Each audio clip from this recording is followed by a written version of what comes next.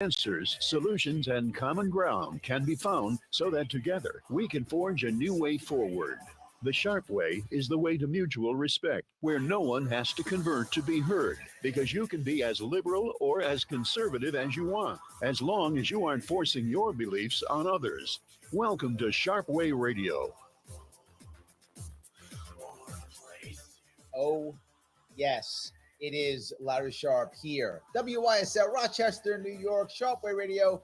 The number to call if you want to chat with me after the break is 585 346 3000.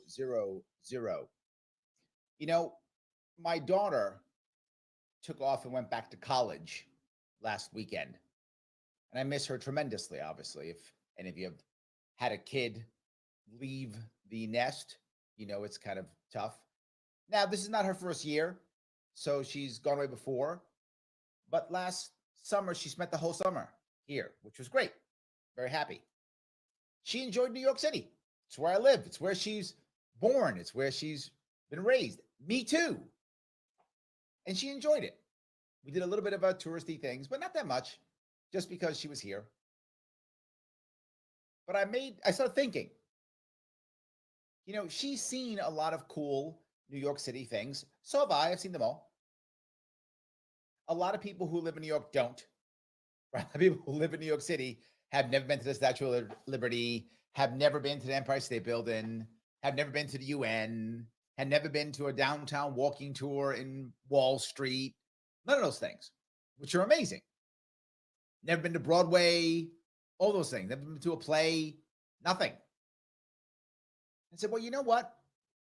More should, obviously, if you live here. But what about if you don't live here? What about coming in and enjoying some of New York City? It's a wonderful thing to do. There's a problem, though. It's expensive. And here's the hard part. New York City would love to bring people into our city to visit and spend money. I get it. New York State would love it if it comes from people outside of the state, because that's a tax base to help the state out, right? So we would love for more tourists to come in, upstate and downstate. More tourism, the better. Come on in, spend your money, enjoy New York State, head back home, life is good. But recently, New York City has been going out of its way. New York State too, but more New York City, to go out of its way to beg for tourists, but then to shoo them away with every possible policy. Sadly, there are a lot of people who don't want to come to New York State, who don't want to come to New York City because of the policies that we put into place. But we need them. So now we just complain. What triggered me over this? It's the new Airbnb rules in New York City. They're basically shutting down Airbnb in New York City. And you might say to yourself, well, Larry, I don't like Airbnb in my area. Maybe you do, maybe you don't. Is your area a heavy touristy area? If it is, you should probably like Airbnb. If it isn't, maybe you shouldn't. But New York City needs Airbnb. Why? Why would you need Airbnb? Larry, it just makes things tougher. It's going to hurt my property value. Not New York City. Stop that. Not going to happen. And not just that. If you know anything, if you've looked to come to New York City and to visit and to stay at a hotel in Manhattan, you know, if you're lucky, you're spending $400 a night. If you're lucky, you might spend $500, $600. You want a heavy hitter hotel? You're dropping $800 a night. You got a family? You need 2 rooms? What? Who can afford that? And that doesn't count food, transportation, nothing. Then they've tried their best to trash Uber, to trash Via, to break every single possible way to get tourists who don't want to drop $5,000 every 2 days to be here, out of their way to crush them. You might say, well, Larry, it's okay because New York City is now going to find other ways. The government will find other ways to support, like an MTA or buses or something like that. Those are all a disaster. They're all broken. They're all filled with filth. Not just that, now we have our migrant crisis, which makes it even worse. So now I got people filling up those hotel rooms. So we've destroyed Airbnb and then filled the hotel rooms up with either migrants or homeless people, either one. No wonder a hotel room is $400, $500 in New York City. They're not going to take your money. They got the state and federal dollars coming right in. Why aren't the hotel industries mad? Why should they be? They're happy. They're getting state money, federal money, and now the government, the local government, has shut down Airbnb. Can you have a better setup if you're in hospitality? The local government shuts down Airbnb. The state government gives you money for homeless, and the federal government gives you money for migrants. Oh my God, I'm in the wrong business. I should go buy a hotel somehow. I'll make a killing and don't have to do anything except wait for the government to give me checks. What was I thinking? How is this sustainable? How is this sustainable? And finally, the mayor of New York finally said something. I don't know if any of you are paying attention. I know a lot of you don't care about New York City. I give you New York City updates all the time so you can feel close to us here. I know some of you don't want to, but you can anyway. The mayor finally said it. He said, this will be the end of New York City. He knows. He figured it out. He's like, this is unsustainable. This doesn't work. Our city's dying. And we're doing nothing about it, but writing more checks. At one point, the money runs out. Is that next year? 10 years? I don't know. But at one point, the money runs out. And when it runs out, what are we going to do? How is New York going to survive? How is New York State going to survive? Because here's the worst part. You might go, Larry, you know what? You're sitting here talking about New York City. Why do I care? Two reasons why you should care, even if you live someplace else in New York State. It's not New York. That's not New York City. Even if you live someplace else. All these policies come to you. They do. The homeless, they come to you. The migrants, they come to you. Yeah. So you should care. Because if it doesn't affect you today, it's going to affect you tomorrow, next week, next month. Why in the world do you think when I ran for governor, I went out of my way saying localization, localization, localization? You run your county how you want to run your county. Leave the other counties alone. That doesn't exist.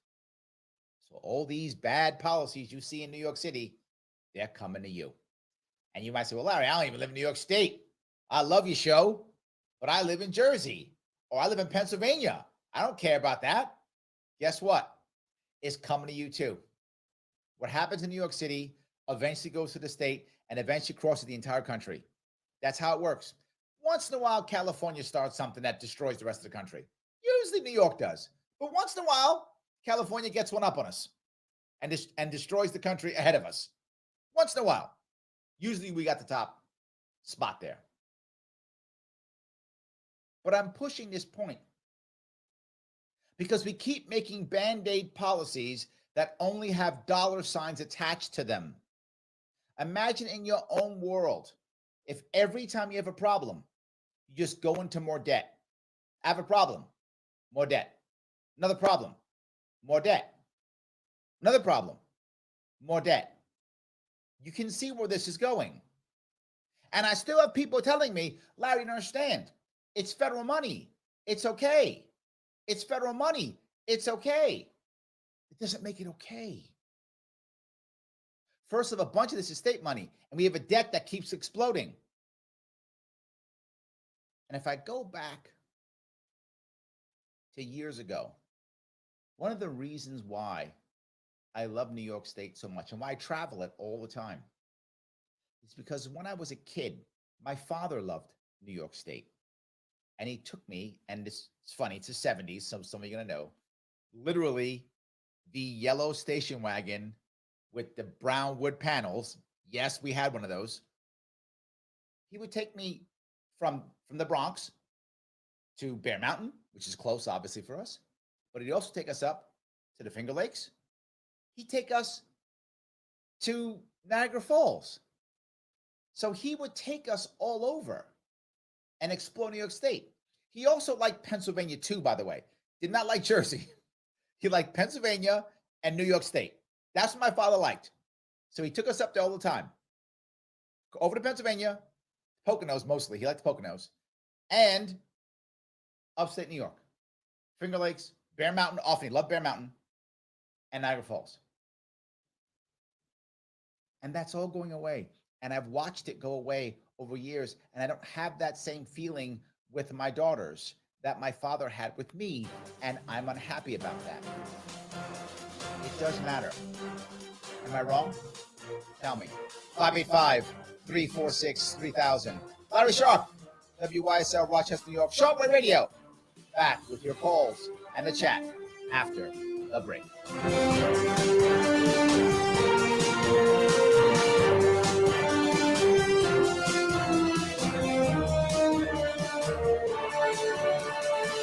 Introducing a sobering and unavoidable truth. The latest advancements in artificial intelligence have made cyber attacks easier than ever before. Cyber criminals are relentlessly targeting your business right now, seeking the tiniest opening in your defenses to drain your accounts and steal sensitive data. Your finances and your customers' trust are on the line. Call the experts at Simple Tech Innovations now at 585-999-TECH to secure your business today. Don't wait until it's too late. Make the call today. 585-999-TECH. To live the quality of life we deserve in truth and freedom, informed by our Constitution, our laws, and traditions, we need to pick the best leaders possible. Recent experience certainly illustrates that. Free and accurate elections are essential if we're going to restore our society and safeguard our rights. New York Citizens Audit is a volunteer, nonpartisan group which has been lobbying for open source audits of the State Board of Elections and reform of the electoral process statewide. Did you know Citizens Audit has uncovered over 1 million felony violations of election law? That in 2020, there were 625,000 more voter registrations than existing voting age citizens in just 6 New York counties, that there were 338,000 more votes cast than voters who voted. These are just a few shocking examples of— Sorry, I accidentally hit that. You can help. Visit auditny.com and learn the facts, how to volunteer, and make a difference in your community. Again, volunteer, donate, or— I gotta have it the show before you. I have to unmute it so they can hear the breaks. Sharpe Way Radio on the WYSL stations. It is Larry Sharpe here on WYSL Rochester, New York, Sharpe Way Radio, 585-346-3000. Before the break, I was talking about what I feel is a Band-Aid giveaway to the hospitality industry in New York City. It's a problem. You're going to find a second giveaway coming up here. Commercial real estate. It's collapsing here in New York City. There has to be a bailout. And not that I want a bailout. Not that I think a bailout is the right answer. Not that I would ever say that these wealthy people here in New York City should get a bailout. Not what I'm saying. I'm saying it's going to happen. That's what I'm saying. Even though it's terrible, even though it shouldn't happen, even though there are so many New Yorkers who are struggling. I mean, struggling. Just getting by. Paycheck to paycheck, as they say. Some less than that. Going into more and more debt, as I spoke about. But we will find money. We will find ways to support these large people, these large corporations, large people, I guess maybe they are. Anyway, my point being, we will find a way to support them. Why?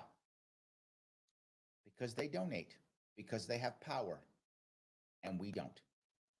It drives me crazy, but it's true. How are we going to fix this state if all we do is do Band-Aid bailouts to the biggest corporations in the state and pat ourselves in the back because we did something like, well, we banned gas stoves. See, look how awesome we are. We care about the future of the world, I guess. That's the answer. So I guess you all get to be poor together while the wealthy get wealthier. I know it sounds so trite, but it's true. And I watch it every day and it drives me crazy. You know, I spoke about how much I love New York State. And often I tell you what's going to happen, and I'm usually right. Sometimes I'm wrong, not perfect. I wish I was, that'd be amazing. But I'm usually right. Why? Because I pay attention to what happens in this state and I travel this state. I talked just before the break about how much I used to love traveling the state, and I still do. For those of you who don't know, I'm going to be out there next weekend. Next weekend, I'm going to be traveling New York State again, meeting people, having events at local places, supporting local businesses, and I'm not running for anything. I'm not. I'm just traveling the state yet again, letting people know that I care about what's happening and hearing them when they tell me what's wrong. How else can I show up here and tell you what's going on? Because I have magic powers? That'd be amazing. I wish I had those too, but I'm neither magical nor perfect. I just go meet people. By the way, let me tell you now, I will be at Ashley Lynn Winery in Waterloo this Friday at 5:30. If you're in this area, come on by. Saturday, the 16th, 10 a.m., I'll be at Hazlitt Vineyards in Hector. I'll be at the Parkview Inn, Owego, 1 p.m. on Saturday. Vape Cult in Cortland, 4 p.m. on Saturday. Sunday, I'll be at Casper's in Groton, 1 p.m. I'll be at Curly's Chicken House in Elmira. And at 4 p.m., the Belmar Pub in Binghamton. So I will be out there talking the talk, meeting people. If you can be there, please join me if you can. You will absolutely see that I'm serious about what I'm talking about. This state does matter. We matter if we push forward. Let me grab a couple comments from the chat if I could. Ed said, we remember the MTA used to have an unlimited one-day fun pass, which helps out tourists. Ed, I remember that. You could buy a pass so the tourists could use the subway all day. They could go to the Bronx and go to the Bronx Zoo. They could head down to the aquarium in Brooklyn. They could be all around Manhattan and enjoy these places. They could head over to the farmland they have out in Queens, all the Queens Farms, all the cool things. Back then it was Shea Stadium in Queens, right? Yankee Stadium in the Bronx, Madison Square Garden in Manhattan. So many great things. You're right. I feel almost like they're trying to have New York City collapse. It's almost like it's a plan. Now, look, I'm not a conspiracy guy. You guys know I'm not. I feel like most of the time these conspiracies are about incompetence, not about actually believing that they're doing something right. And the reason why I say it is, again, Eric Adams has finally said, this is too much. We're going to collapse. What are we doing? Now, him saying that, does that mean he's going to change his mind next week? Or does all of a sudden he become not the mayor anymore, right? Does he all of a sudden, does he get primaried so bad that he loses? Or, I mean, look, a Republican's not going to win this city. That's not going to happen, right? So no Republican's going to win this city. So will there be another Democrat? Another de Blasio who will show up? There's my other problem. Ed, I'm going to kill. Oh, my God. Something just came into my head. And that was, if we lose Eric Adams, we'll get someone even further left. We'll get de Blasio too. We'll get de Blasio Jr. It'll be even worse. Oh my God. I thought de Blasio was the worst mayor ever. And so far, he has been the worst mayor ever. That's for sure. Eric Adams is terrible, but still not as bad as de Blasio. De Blasio was 100% on the horribleometer. He was a 20. He was, and it only goes 1 to 10. He was 20. Eric Adams is 10, just regular bad. But we'll get somebody, we'll get back to 15. We'll go back into the Blasio world. That's how bad it will be. Oh my God. I'm now mad at you, Ed. You put me in a bad mood. Yes. Joe says, New York City collapse like Aaron Rodgers. Oh, boo. Bad joke. Yes. Boo. Absolutely. 100%. Michael Voss is watching. Thank you, sir. How are you?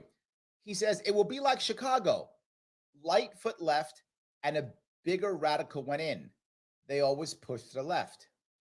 Michael, I worry about that. Right? I worry that we won't learn anything. I worry that if things get bad and we remove this bad guy, I remember somebody once said, Larry, if you could end the government right now, right? Press the button, end the government right now. Would you do it? The magic button, right? If you press the magic button, government goes away right now. Would you do it? And I was worried. I was like, oh, would I? Not that I don't like the government. Clearly, you all know I don't like the government. But is the culture prepared to defend itself, to create its own localized government? Are we ready to deal with that now? Does our community, can it set up to govern itself? Is that there? And it's why I hesitate. I think about schooling. If you could just end government schooling tomorrow, would you do it? I worry. I'm not saying I wouldn't do any of these things. I'm saying I worry because of what you just said, Mike. Would we just make things worse? Right? If you ended government today, would we just rebuild government again even worse? Would we create kings because we're so afraid? Would fear pop in so fast that we would just create something twice as bad? I don't have an answer to that question, to be forward with you. But I am worried, Mike. Your point is a valid one. I am worried. If we end one, do we make it worse? Or do we have to fix our culture, right? Do we have to fix our culture before we fix our government? Maybe. Absolutely. Thank you for that, Mike. Craig says, do any voters in the city care about solutions? Do people see collapse coming? Sadly, Craig, just like the rest of the state, people who see it coming are just leaving. New York City has lost about 500,000 people since the lockdowns, and most have not come back. And so while some came back, more have left. So New York City, for the first time in, I think, 10 years, 20 years, a long time, is under 8 million people. And for New York City, that's bad. New York City can easily hold 8.5, 9 million people. It can, 100%. It has infrastructure. It can do it if we fix our infrastructure, but we don't. So yes, they're leaving. New York State, we're losing 300,000 people per year out of our state. So yes, Craig, and they're leaving. So the people who are staying are the people who are like, either they give up, or they're getting set up by the government, or they've surrendered and waiting to leave. So yes, the worst part is, and people always say, how bad does it have to get before things change? It isn't about that, Craig. Do they see things being bad and they have hope? And right now, most New Yorkers have no hope. That's why they're checking out. That sounds terrible, doesn't it? I have hope. I keep going. Support me as I travel the state. 585-346-3000. Larry Sharpe, Sharpe Way Radio, WYSL, Rochester, New York. Back with your calls and more of the chat. I see it. I'll grab them after the break. for truth and freedom. WYSL.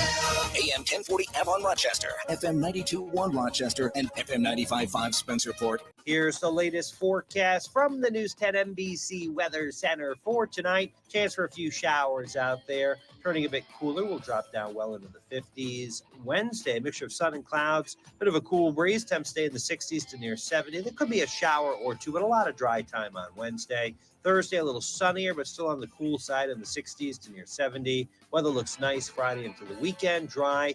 Temps climb back up into the 70s. I'm Rich Cornelia, WYSL. At Ralph Honda, when you buy a Honda True Certified Pre-Owned vehicle, you'll drive a car that's passed a rigorous 182-point inspection by Honda certified technicians, all backed by a powertrain warranty to give you peace of mind. Find your next Honda at Ralph Honda. Need help with health insurance? The Greece Regional Chamber provides assistance with health insurance for businesses, nonprofits, families, and individuals throughout our region. We pride ourselves on the personalized service that we provide for our clients. Let us help you find health insurance plans that fit your needs and navigate the paperwork. Greece Chamber Benefit Partners, located at 2402 Westridge Road in Rochester, New York, offers a broad range of medical insurance plans for businesses, nonprofits, individuals, and families throughout the greater Rochester Finger Lakes region, working with insurance companies including Excelis Blue Cross Blue Shield, Univera, and MVP Healthcare. We can also help you access insurance plans through the New York State of Health, the official health plan marketplace. Again, you do not need to live or work in Greece to utilize our brokerage services. We serve the greater Rochester Finger Lakes region of New York State.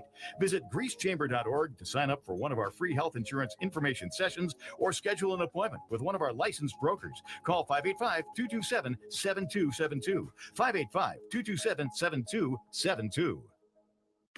Introducing a sobering and unavoidable truth. The latest advancements in artificial intelligence have made cyber attacks easier than ever before. Cyber criminals are relentlessly targeting your business right now, seeking the tiniest opening in your defenses to drain your accounts and steal sensitive data. Your finances and your customers' trust are on the line.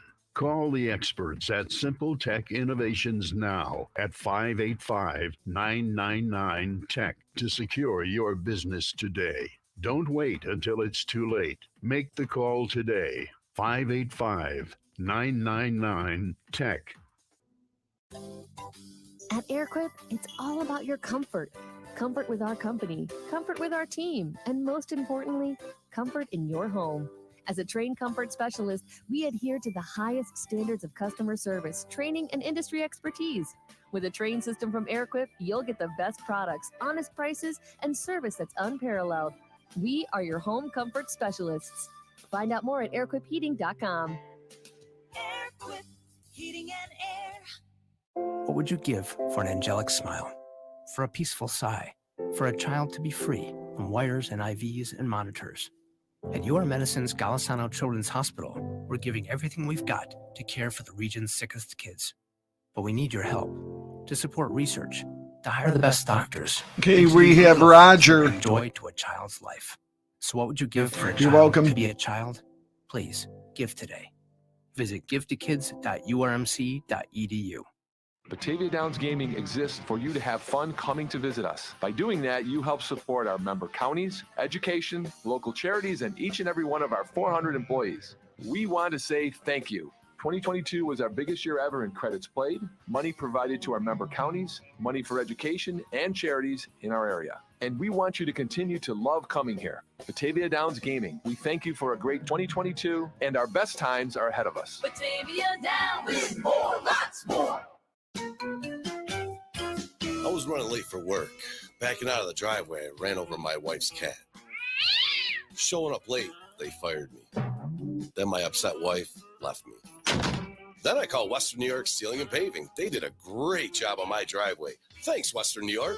Some situations may be over-dramatized. WNYPave.com. That's WNYPave.com. Call 247-8466. 247-8466. Tom Wall's Fish Sandwich starts with haddock caught in the cold North Atlantic. I'm Emily from Tom Wall's Avon. Sometimes when I serve a guest a fish sandwich, I'll hear a wow or an oh boy. Tom Wall's. Good, good. Tom Walls. See the new models, new technology, and a new way of buying at Ralph Honda. The 2023 Hondas are fuel efficient, spacious, and sporty with something for every Honda lover. Customize yours at ralphhonda.com or in our showroom. Find your next Honda at Ralph Honda. Sharpe Way Radio on the WYSL stations. Yes, it is Larry Sharpe back here on Sharpe Way Radio, WYSL Rochester, New York. So happy you give me a chunk of your afternoon. 585-346-3000 is the number. For the break, I was talking about things getting bad here in New York City, New York State. People kind of giving up, wanting to pack up and leave. Craig asked, do people in the city care? Do they see anything? A lot of them are leaving. It's true.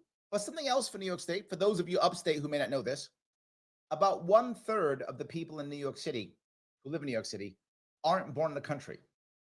Another 1/3 aren't born in the city. Most people in New York City don't vote in New York City. So you never, even though there's about 8 million people in New York City, you never get more than 1 or 2 million votes out of New York City. People upstate always go, wow, the city outvotes us. Yes and no. Yes, if you count all the cities, because all the cities vote blue. Rochester votes blue, Buffalo blue, Albany blue, Ithaca blue. So all the cities vote blue. But more importantly, they've convinced people upstate that you don't count. So in certain places in New York State, only 1 in 6 people vote. Well, you can't outvote New York City if you don't vote. Craig, don't forget that. Don't forget that. Let me grab a call if I could. Gonna grab Roger from Nassau County. Roger, how are you, sir? Hey, Larry. What's going on? First, you got to get rid of Cornball Kathy and replace with Larry Sharpe for governor. I like that. Yes. Great idea. Yes. 2, so before the migrant crisis dealing with Airbnb, yeah, it sounds just like, some politicians, were in the pocket of, the hotel, got some cash from the hotel to be like, yo, look, this Airbnb is really crushing my business. Can you do something about it? And they did. And that was before the migrant crisis. And now the migrant crisis is here. Now the ball is in the hotel people's court. Okay, so that's one. It's big money in politics and so on and so forth. And about the MTA and all that stuff, look, it should just come out of the taxes instead of because I think that the taxes already pay for the MTA. So if you're saying, hey, you got to pay for these Easy Pass, and me, I'm an Uber driver in New York City, so I'm constantly filling up my Easy Pass. Oh, I got to pay this bill. Oh, damn, my Easy Pass, I got to fill it up again, so that bill got to wait. Okay, or else I get some big fine or whatever, right? Look, aren't you double taxing us if the taxes already pay for these things, but then you want to charge MTAs and Long Island Railroad passes and all that different type of stuff? Just have the whole thing come out of the... Go ahead. This is a valid point, right? So we're paying taxes, but not just taxes. We're also paying tolls. And we're paying for the MTA. Supposedly, the MTA is a full system. So you're right. If we're going to be paying taxes for this, yes, this should either be insanely cheap or free, right? It should be like 25 cents a ride. If you don't want to just keep free people on the subway, I could understand charging something, right? I could get that. So maybe you charge 25 cents just so people don't just sit in the subway all day, right? Okay, I get that. But either free or that would make total sense to me if we're paying taxes. The problem is the system is so broken that we're sucking money off of that, putting it into the general fund, pissing money away on our cronies, and the MTA doesn't get funded. It's not broken, it's fixed against us. We have to break it. Oh, I like that. Very good. It's not broken, it's fixed against us. Yeah, so they're double dipping. Yes. And listen, the thing is, I don't really like having to keep going back to the federal government and asking money. Like, the job of a governor should not be how well you can beg for money from the federal government. Then they have you by the what. If you well, we want you to do this. Look, I bet you North Dakota doesn't beg for money from the federal government. They like, oh no, we got this, we good. And why is that? Because they have a public bank. I But knew the you were thing going to is- say that. I knew you were going to say that. I was just But waiting the for thing that. is, go ahead, sorry. But the point that this about that's funny. You know, the North Dakota governor is running for president now. Yeah. And he didn't wrote- say anything about that when he was on debate stage. Didn't bring it up. Yes, I know. Yeah, and you know why? Because then they would have to admit that socialized banking works, because that's what it is.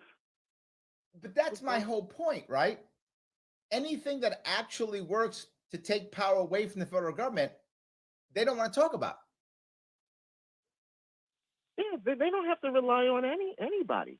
By the way, San Francisco look like they're about to do their public bank also, and they need one because they got a big homeless. I mean, we got a big homeless crisis too, but they got a really big homeless crisis, right? My worry about that is the same issue I just brought up before the break, right? If you don't change the culture, I think even a public bank will fail, because I think you've got to change the culture, right? The goal has to be, this is my view, and I'm not sure if you agree with me on this, Roger, but I think the goal has to be you have a public bank so you can support localized communities and localized people. That has to be the charter of the bank. That's got to be its number one goal. If you focus on that, you can solve everything else. Otherwise, my worry is all they do is take the money and put it right back into the public fund, and we're back in the same spot. Mm-hmm. So, well, yeah, that's true. The biggest, its primary thing though is to finance infrastructure. But those other things go along with it too. 100%. 100%. But we have to be a citizen ballot initiative state as well. Because politicians are not going to save us, we're going to save us. Oh, I like that. I'm with you, Roger, 100%. Brother, thank you so much for the call. No doubt. Have a good one. I think Roger has a very valid point, right? But I think it also goes back to my point. If you want to create anything that's going to save or help, you want to make sure it doesn't just fall right back into the general fund. And the piece that I want to bring up here is for New York State, you New Yorkers remember this, the lottery. Remember the lottery? The lottery was supposed to be to fund education. That was the goal. So everybody thought, oh, great, the lottery is wonderful. We can promote it, talk about it, and it's going to promote and support education. And a lot of people know that for the lottery, generally speaking, it winds up becoming a voluntary tax on the poor. That's what it winds up becoming, because most people who are lower socioeconomic status play the lottery. And of course, the odds are you don't win. So they will spend this kind of money. It winds up becoming that. But the logic was, and I'm sorry, the story that was told, maybe that's a better way of putting it, it doesn't matter, because this is going to support education, which is going to uplift all of those same people. So who cares? It's win-win. And that's a great story. It's just not true. But it's a wonderful story. It's just 100% not true. Instead, they took all that money, shoved it into the general fund, and now cronies get it.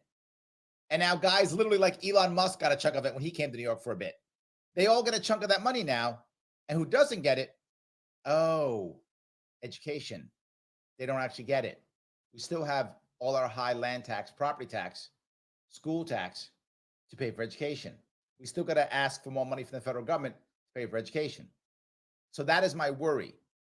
When I spoke to Rogers now about that, I'm not against the public bank. I'm against the public bank doing the lottery. That's what I'm against it. Don't do the lottery.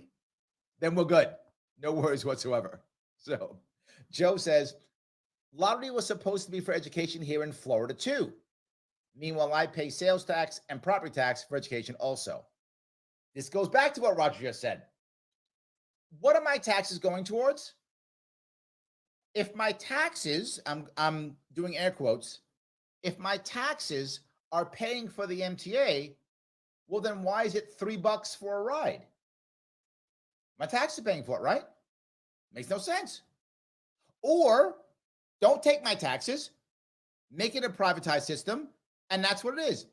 I was watching a TV show with my daughter. I was trying to show my daughter, my young daughter, my oldest daughter, who's only 19, trying to show her classic comedy. She's considering storytelling. And I said, let me show you some classic comedy. And I showed her an episode of The Honeymooners. Some of you may remember that was a sitcom from the 1950s with Jackie Gleason. It was in black and white. And they lived in Brooklyn. And he was a bus driver. He's a bus driver in New York City for a private company. Bus systems used to be privatized in New York City. Subway and bus. You want to go back to that? Lower my taxes then. Roger's right. Either tax me and let me have it for cheap or free. I would actually prefer cheap, right? I would prefer to be very cheap, just so people aren't just freeloading on it, but very cheap, like 25 cents a ride or something like that, right? Or privatize it, one of the two, and make them have a good system. Either one.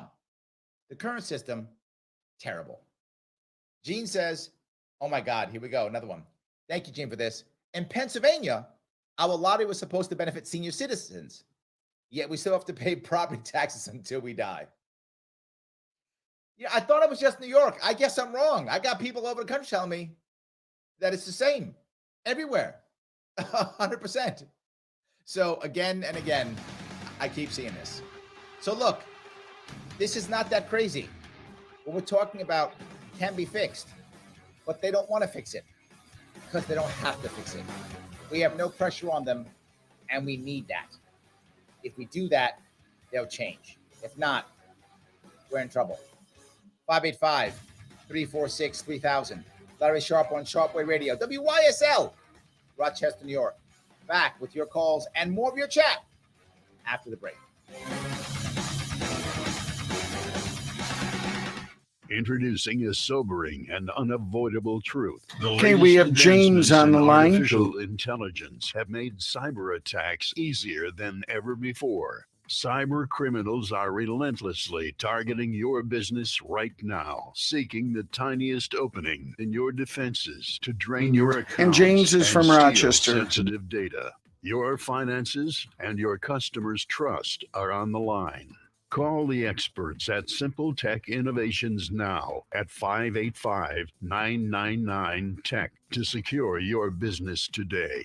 Don't wait until it's too late. Make the call today. 585-999-TECH.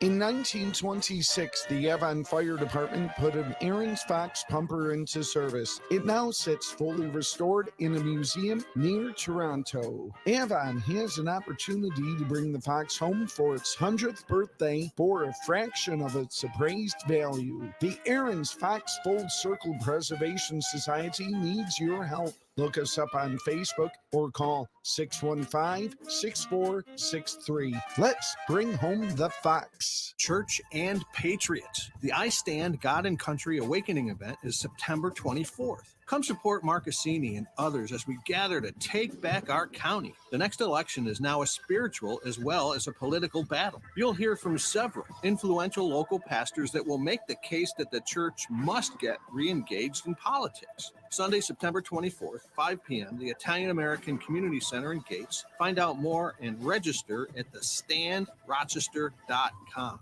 Take a stand. Sharpe Way Radio on the WYSL stations. Yes, it is Larry Sharpe here on WYSL Rochester, New York, Sharpe Way Radio. So happy you give me a chunk of your afternoon. We are talking about New York State and all the issues and all the ways they tax us and then don't tax us and then service us and then don't service us. And to Roger's earlier point, the system isn't broken. It's actually fixed against us. I'm going to steal that, Roger. And today I'll give you credit because you did it today. Afterwards, I'm just going to take it and not give you no credit. Act like I made it up myself. So thank you for that. I appreciate it. I'm going to grab a call if I could. James from Rochester. How are you, sir? Fine, thank you. Thanks, Larry. My question's a little off the subject, but I've been waiting a long time to ask you. You were in the military, I guess, after 1980, I assume. Mm-hmm. And I always had this question. I went to college in the 1970s, and we had a lot of Vietnam vets come to college after, during the for the GI Bill and everything. And I noticed I did not hear one good thing about the military all through the 1970s, and no one wanted to go into the military. But since then, all the young people I talked to that are in the military, I have not heard one bad thing about the military since the Vietnam era. I wonder if you noticed this, or did you have a reason for this happening? Because I think the military is probably a pretty good deal for people today. I was just wondering what was going on in the Vietnam era. Let me give you my background. I joined the Marine Corps in 1985, so you know when I joined. I got out in 1993. I lived about a little over 7 years in the Marine Corps. And when I joined, most of my senior leadership were Vietnam veterans. Most of them were. And those who stayed in, they weren't anti anything. Their only worry was trying to rebuild a broken military. And in the 70s, as you probably know, the military was struggling. Most of our best had left. We had lost Vietnam. America was very anti-war. And so, yeah, it was a tough spot. What made America feel better or stronger was the small victories we had, plus defeating the Soviet Union. I was in right when the Soviet Union fell. And when the Soviet Union fell, that was when we kind of got some more pride back into the military. We believed that we were number one and we could actually win again. It was happening slowly from the late 70s to the late 80s.